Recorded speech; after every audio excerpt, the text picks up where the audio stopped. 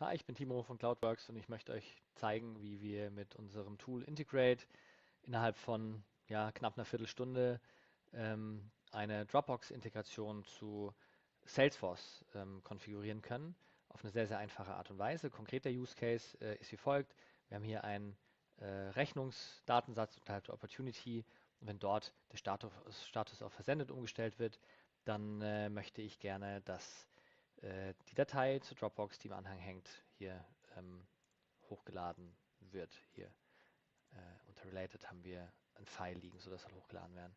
Wie wird dieses Video grundsätzlich ablaufen? Also erstmal möchte ich euch das Endergebnis zeigen, wie es tatsächlich dann am Ende funktioniert. Dann werde ich eingehen auf die Vorarbeiten, die Voraussetzungen, die man braucht, um diesen Use Case umsetzen zu können. Konkret geht es da ein bisschen um Erstellung von Custom-Struktur und der Konfiguration bei Dropbox. Und schließlich zeige ich euch, führe ich euch einmal durch die Konfiguration von Integrate, inklusive auch Invocation, also inklusive auch der Erstellung eines Flows, der dann diesen Upload, diese Ansprache der Schnittstelle triggert. Viel Spaß damit. So, wie schaut es hier in meinem Beispiel das in Realität aus? Ja, wie funktioniert das? Ich habe jetzt hier mein Custom Object, das ich angelegt habe, gehe ich gleich noch drauf ein, unterhalb der Opportunity Invoices. Und was ich möchte, ist quasi meine Anforderung, ich möchte, wenn eine Rechnung verschickt wird, der Status sich verändert auf Send, dann möchte ich bitte, dass die Datei, die hier im Anhang befindlich ist, dass die hochgeladen wird in meine Dropbox. So, ich habe dazu einen Ordner in der Dropbox angelegt, API-Test, der ist jetzt gerade noch leer und da möchte ich jetzt gleich was drin sehen. Ja? Ich ändere den Status auf Send. Per Flow wird das Ganze invoked, die Schnittstelle wird angesprochen, die Datei wird hochgeladen und wenn ich jetzt hier wechsle wieder, sehe ich, dass quasi in Echtzeit die Datei erscheint und erfolgreich hochgeladen wurde.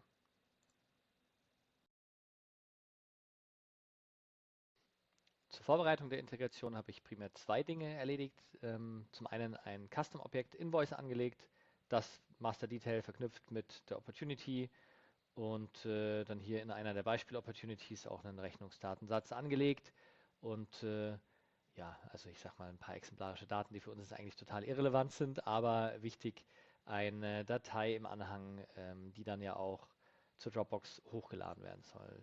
Die zweite vorbereitende Maßnahme war außerhalb von Salesforce, nämlich bei Dropbox selbst. In der App-Konsole von Dropbox muss man eine App anlegen, damit die Authentifizierung funktioniert. Das habe ich hier getan und insbesondere hinweisen möchte ich auf die korrekten Redirect-URLs, die man dort konfigurieren muss.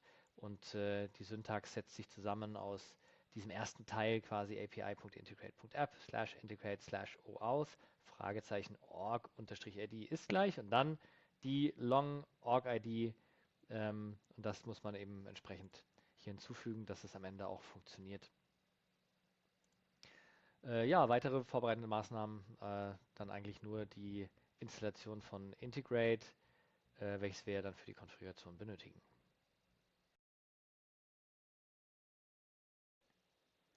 Die Integration, die startet mit dem Wechsel in die Integrate App. Das habe ich hier bereits erledigt und zum groben Überblick erstmal, was wird getan. Wir werden jetzt in Integrate einen Provider anlegen für Dropbox. Wir werden dort Authentifizierungsinformationen hinterlegen, die Authentifizierung testen. Dann werden wir einen Endpunkt anlegen für den Upload von Dateien und am Ende ein Mapping anlegen. Das Mapping, das verheiratet dann die Struktur, die wir im Endpunkt konfigurieren, mit unseren Salesforce-Daten, unserer Salesforce-Architektur und wird dann am Ende definieren, dass eben der Anhang einer Rechnung in einem bestimmten Ordner in der Dropbox hochgeladen wird. Start, eben wie gesagt, mit dem Anlegen eines Providers. Dazu klicke ich hier auf New und benenne den Dropbox. Als Base-URL hinterlege ich die Basis-URL von Dropbox, die aus der Doku von Dropbox zu entnehmen ist. Das speichere ich. Dann öffnet sich der Provider-Datensatz und nächster Schritt ist das Hinterlegen von Autorisierungsinformationen. Jetzt im Falle von Dropbox gibt es verschiedene Ansätze. Ich habe mich hier entschieden für eine OAuth 2 Implementierung. Als Grant-Type wählt man den Authorization Code aus und definiert hier weitere Inhalte. Es gibt hier einen Header-Prefix, das nennt sich Bearer Und dann haben wir hier einmal die Token URL, damit sie komplett sichtbar ist. Scrolle hier einmal durch, ne? api-dropbox.com/OAuth2/Token. Die kann man aber auch der Doku entnehmen. Und wir haben einen ähm, eine Autorisierungs-URL, die ist im Prinzip identisch, endet hinten dann aber auf Authorize. So. Use PKCE, das ist wichtig, muss man anhaken. Und dann gibt es noch eine Client-ID und ein Client-Secret, das ich jetzt aber hier nicht hinterlege, damit das nicht Plaintext quasi in diesem Video zu sehen ist. Credential Location Body, das ist wichtig und das Ganze speichern wir dann ab. Wenn das erfolgreich abgespeichert ist, jetzt hier ohne Client Secret noch, wenn das auch mit drin steht, kann man auf Get Token klicken und die ganze Authentifizierung, diesen ganzen Mechanismus einmal schon durcharbeiten. Ich schneide kurz, damit das Client Secret nicht sichtbar wird und zeige, was passiert, wenn man auf Get Token klickt. So, nach Klick auf Get Token wird man auf die Dropbox-Webseite weitergeleitet und wenn ich hier auf Weiter klicke, so jetzt erst kann ich eines meiner beiden Dropbox-Kontos auswählen, in dem Fall jetzt hier mein Privatkonto und bekomme dann gemeldet, dass die Authentifizierung erfolgreich war und kann jetzt hier mit Back zurück zur Konfiguration kommen. Wenn wir dann zurück in der Konfiguration hier auf Get Token klicken, können wir ausprobieren, ob tatsächlich erfolgreich ein Token abgerufen werden kann. Ne, wenn ich auf Get Token klicke und Successfully Received OAuth 2.0 Access Token als Meldung bekomme, dann weiß ich, dass alles funktioniert hat. Nach Klick auf Back lande ich dann wieder hier in dieser Ansicht und kann dann final auf Speichern klicken, um zurück in meinen Provider zu kommen. Damit haben wir den Provider konfiguriert und weiter geht's mit der Konfiguration des Endpunkts, den wir brauchen. Dazu klicken wir hier auf New, geben dem Kind einen Namen, Upload nenne ich den jetzt hier, vom Typ her Callout, Methode ist Bild im Weg, Methode ist Post und die URL des Endpunktes ist folgende, ist der Dropbox API aber zu entnehmen. In dem Endpunkt geht es darum, dass wir Integrate bzw. Salesforce mitteilen, in welcher Struktur welche Daten von uns erwartet werden von der Schnittstelle und in welcher Struktur die Schnittstelle uns dann wiederum welche Daten zurückliefert. Am einfachsten zu konfigurieren ist das hier über diesen Configure-Button und bei Dropbox jetzt ein bisschen speziell, wird die Datei grundsätzlich als Octet-Stream im Body übermittelt und im Header wird ein JSON mitgegeben, das einer bestimmten Struktur folgt mit Metadaten. Und damit fangen wir mal an.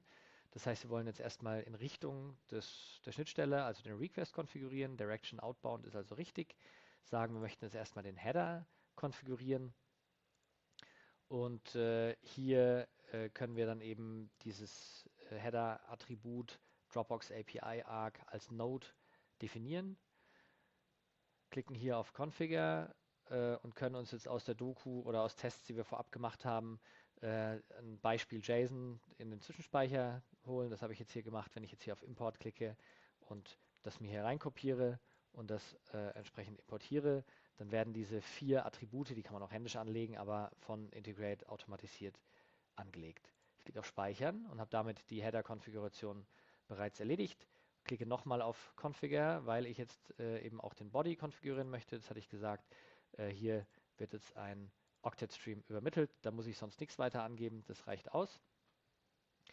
Ja, und was ich jetzt noch konfigurieren kann, ist die Rückantwort vom Server. Dazu klicke ich hier oben auf Configure wieder, sage diesmal bitte Richtung Inbound. Den Body möchte ich konfigurieren, kann hier direkt auf Import klicken, kopiere mir wieder eine Beispielantwort aus der Doku oder aus einem Test von mir hier rein, klicke auf Import und bekomme automatisiert von Integrate diese ganze Struktur angelegt. So, der Endpunkt ist damit konfiguriert und dann geht es jetzt weiter mit der Konfiguration des Mappings. Wozu das Mapping überhaupt? Das Mapping verheiratet jetzt diese oder diese Endpunkt-Konfiguration mit unserer Salesforce-Architektur. Das heißt, auch hier definieren wir erstmal einen Namen. Ich nenne das Mapping Upload Invoice. Mehr müssen wir ja erstmal nicht angeben. Und jetzt geht es darum, in diesem Mapping erstmal den Datenkontext festzulegen. Ne? Ich hatte zuvor gesagt, ich habe so ein Invoice-Custom-Objekt angelegt unterhalb der Opportunity. Das ist prinzipiell mal der Kontext, den wir auch verwenden wollen. Und das wird hier in dieser Scopes Related List konfiguriert. Einfacher über den Button hier oben, Add Scope. Ich suche nach meinem Objekt, von dessen Ebene aus ich diesen Endpunkt ansprechen möchte. Suche danach Invoice__c ist das Objekt und erzeuge mir diese Scope und kann jetzt weiteren Datenkontext ja, wie in so einer Baumstruktur hinzufügen. In dem Fall geht es mir jetzt eben nicht nur um die Rechnung, sondern ich möchte ja auch die Datei mit verschicken, ja, und füge das entsprechend als Child Scopes hinzu. In Salesforce funktioniert das so, dass die Architektur unterhalb des Custom Objects einmal der Content Document Link ist. Das ist eine Liste, die muss hinzugefügt werden und der Content Document Link wiederum, der verlinkt auf das Content Document und auch daraus wollen wir Informationen für die Übermittlung zur Schnittstelle. Das heißt, das fügen wir unserem Datenkontext, der jetzt eben aus Invoice, Content Document Links und Content Document jeweils besteht, hinzu. Mit einem Klick sind wir zurück im Mapping und jetzt können wir anfangen, ja, diese Daten, die wir jetzt hier im Kontext zur Verfügung haben, eben der Schnittstellenarchitektur ja, zuzuordnen. Am einfachsten passiert das mit Klick auf Configure. Auch hier fangen wir jetzt wieder outbound mit dem Header an. Klicken wir hier auf den Header und dann haben wir hier dieses Dropbox API Arc. Diese Node, die fügen wir hinzu, erstmal ohne spezifische Daten, das brauchen wir genau einmal und können jetzt hier diese einzelnen Attribute befüllen. Auto Rename möchte ich auf True haben, den Mute, fangen wir damit an, möchte ich gerne auf False haben. Als Mode möchte ich gerne Add und als Path, da wird es dann ein bisschen spezieller, möchte ich gerne, ich blende mir jetzt ein bisschen mehr ein, einen Ordner definieren, der API Test heißt und dann den Titel und die Extension unseres Content Documents, welches wir hochladen, als ja, Dateipfad. Das schaut so aus, wenn man das einfügt, also /API-Test legt einen Ordner an, wenn er nicht existiert oder nimmt ihn. Und dann können wir hier mit Merge-Feldern arbeiten, können uns den Scopes bedienen und ich füge hier hinzu den Content Document Title und ja, die Content Document File Extension. So, das speichere ich ab und habe damit den Header konfiguriert. Ich klicke nochmal auf Configure, weil es geht ja nicht nur um den Header, sondern auch um den Body und füge dort aus meinem Content Document oder verknüpfe den Body mit meinem Content Document. Konkret möchte ich, dass dort die ID, Latest Published Version ID übergeben wird. Integrate macht dann aus dieser Version ID das Binary für den Octet Stream. Damit ist die Konfiguration in Integrate zumindest abgeschlossen. Wir können jetzt hier auf Activate klicken und das Mapping damit aktivieren.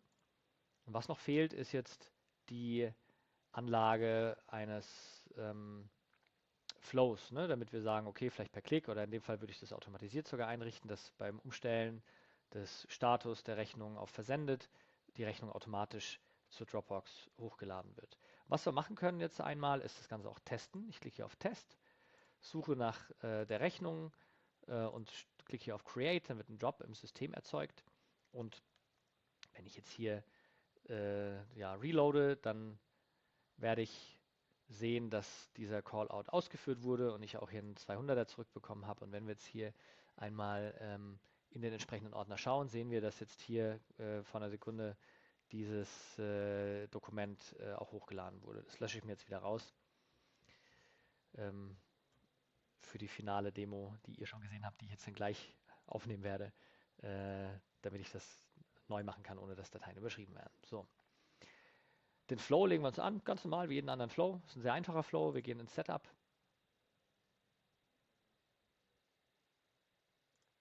In unseren Flow-Builder.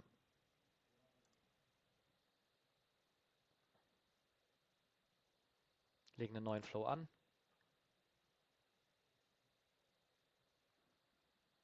Start from scratch, das passt für mich. Record triggered, ich möchte es ja automatisiert haben. Als Objekt wähle ich meine Rechnung aus, die Invoice. Wenn ich es richtig schreibe, klappt es auch. Invoice-C und ich sage, ich möchte immer dann, wenn ein Record abgedatet ist und der Status sent ist, und zwar nur only when a record is updated to meet the condition requirements, das ist hier korrekt, nur wenn es also neu eintritt, diese Bedingung, dann möchte ich gerne, dass die Datei hochgeladen wird. Dazu brauchen wir einmal ein Assignment-Element, in dem wir die ID der triggernden Rechnung einer neuen Variable, nämlich einer Array-Variable, die wir IDs nennen, eine Collection, zuordnen vom Typ Text. Das passt. Allow multiple values ist hier wichtig. Und der fügen wir jetzt eben die, lasse ich das hier mal verschwinden, die ID unserer Triggering Invoice hinzu. Das ist der erste Schritt. So, der zweite Schritt, und das war es dann eigentlich auch schon, ist die Action selbst, also der Callout selbst über Integrate. Wir gehen auf Actions, suchen nach Callout oder nach Integrate, ja, wählen das als Aktion aus.